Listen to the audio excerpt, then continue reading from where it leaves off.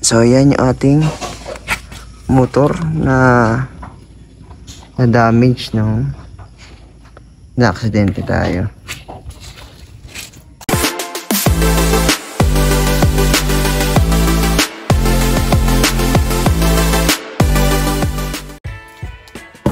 Ito lahat ang na-order natin. Ayan. Tapaludo.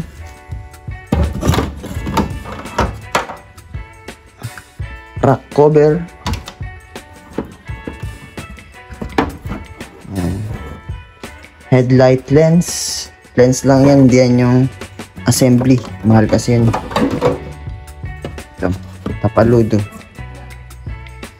Tsaka yung last. Rente ko. Nakita kayo, nakala ko wala. Meron pala. Ito yan. Right brake lever. Na-UP kasi yan. Tara, pakita ko sa inyo yung sira. Yan yung motor natin. So yan, naulan. Pero yan yung motor natin, diba? Yan ang sira. Na-aksidente tayo. Yan, ito talagang malaking sira yun. Tapaludo. Ito yung kanina, itong lens lang.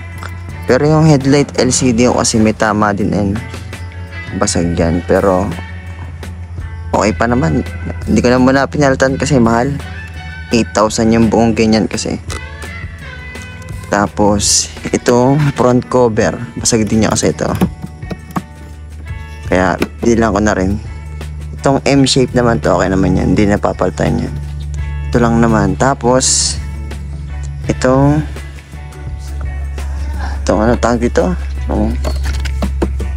side cover na yan. Yan, may Honda yan. Ito hindi pa narating yan, bilang ko na rin yan. Tapos itong atong araro, basag. Tapos ito, yan, ito yung rack cover, basag din.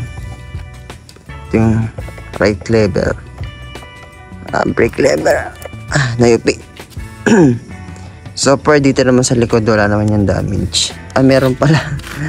Ito hit guard, pero hindi na umorder. Okay, pen, next time na lang yan. Wala tayong budget So yan yung ating motor na damage, no? Na aksidente tayo. Nakakaawa naman. Ingat-ingatan pa naman natin yan na aksidente, hindi talaga maiwasan Tsaka yung manubela pala niya, guys, medyo tumabingi. Ramdam ko pag nagmamaneho ako. Uy, Ming, shout out. So yun yung ating motor. Update sa motor natin. So yun, guys, update ko kayo pag napakabit ko na yung mga parts yan. Inaantay ko pa lang yung iba. Hindi pa kasi narating yung ganito, yung ganyan, yung side tsaka tong front cover. Ay, 2,000 years later. Yun, guys, dumating na yung isa pang parcel. Isa pang in-order natin. Ito yung front cover. So, yun! Saka muna. Ito na siya. Front cover. Honda.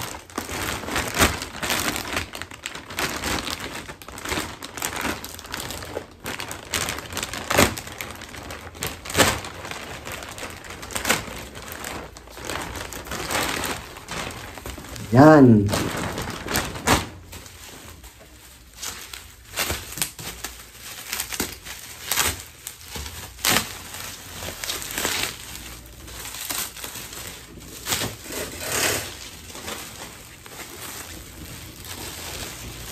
So, ayun, guys, eto na siya. Ayan. Okay, wala naman siya Damage. Isa na lang ang inaantay natin. Yung sa tagiliran.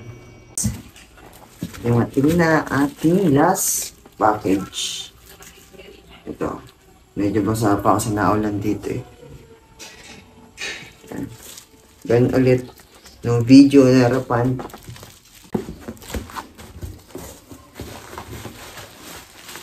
Yun. Bubble wrap pa rin. Lumps natin.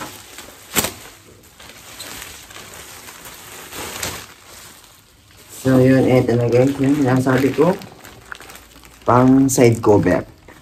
Yan, yung gilid. Tama ang order natin kanan. Kanan yung sira.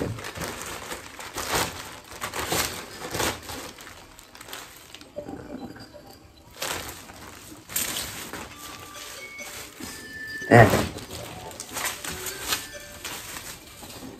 Eto guys, oh, yan. Okay naman, walang damage.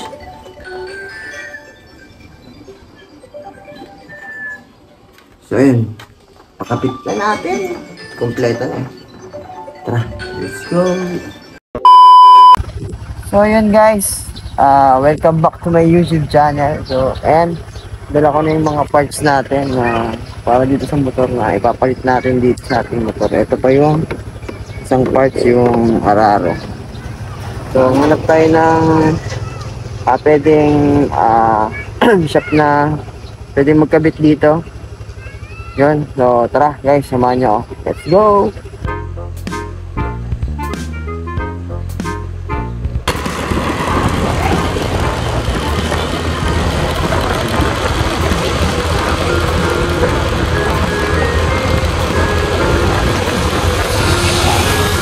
So yun guys, andito na tayo sa labas, nandito na tayo sa highway, papunta na tayo sa shop na pagpapagawa natin itong motor. Sana wag kumulan, medyo masama ang panahon. Buwabasa ang ating mga parts.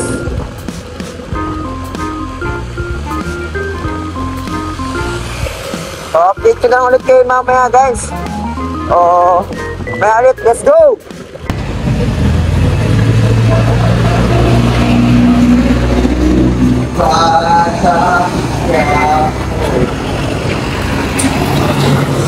Hi guys, dito tayo nagpagawa sa kanilang shop dito sa San Pablo lang ito.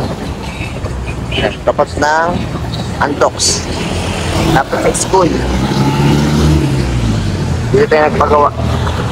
Yan ang ating motor, kinakalas na.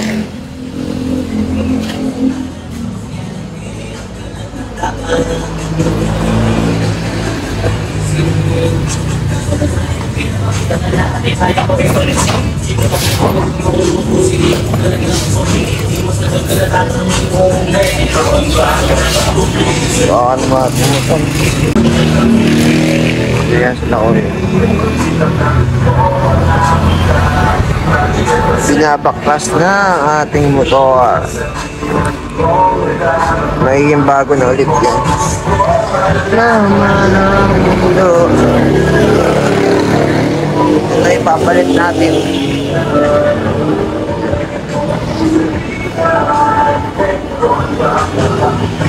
Binabaklas na nila. Ito natin mapamalit. Ayan guys, natanggal na yung headlight nya. Skeleton na. Ayan, ginagawa na ni Kuya. Ayan. Yan, lilinisin na tapos kakabit na yung bago.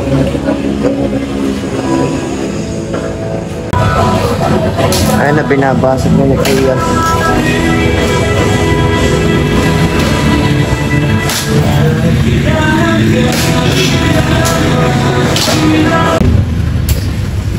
Binabasag ni Kuya yung binabasag na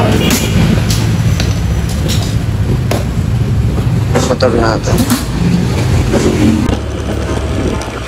So yun guys, pauwi na tayo sa bahay. Nakapagpakabit na tayo ng mga bearings ng ating motor. So meron lang tayong Bulilyaso, meron tayong sablay na nabili.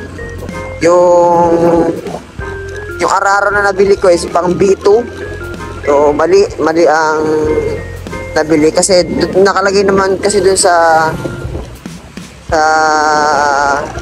post na sa Shopee is wala naman nakalagay na kung para saan, kaya mali ko rin naman.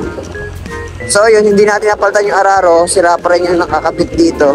Ito yung nabili natin na pang B2.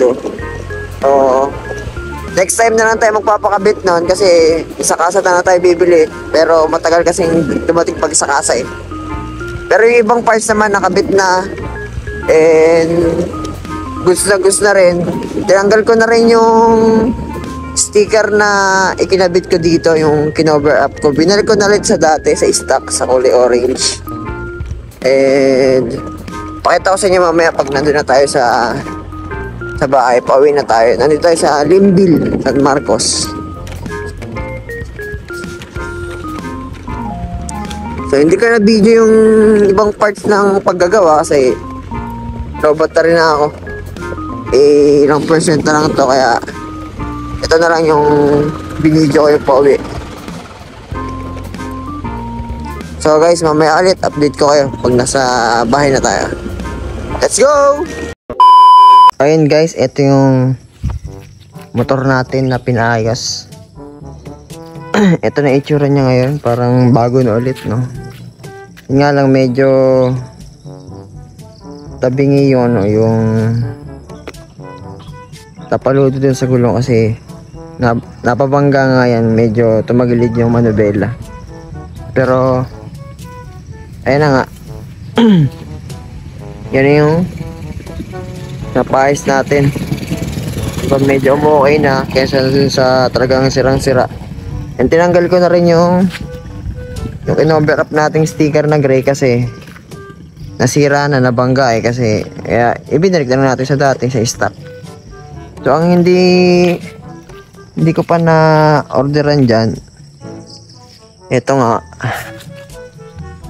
itong yung araro na yan, kasi mali yung na order natin. Hindi ko rin agad nakita na wala kasing nakalagay na kung anong version eh. Yan, tsaka itong maliit na part dito na kulay itim, yung parang dito sa kabila. Ayan, naka-order na naman ako. Nakita ko naman agad yan. So waiting na lang. So ayan, yun yung bago nating motor. Bagong palit. So paugi na ulit, no? Kasi talagang magastos pagka na-aksidente ka. Kaya kailangan ingat kayo guys, huwag kayong gagaya sa akin. Patulog-tulog sa pansitan. So ayan, hanggang dito na lang ating vlog ka. Salamat kung nakaabot ka sa part na to. Salamat sa panonood. Hanggang sa muli. Like and share. Subscribe. Let's go!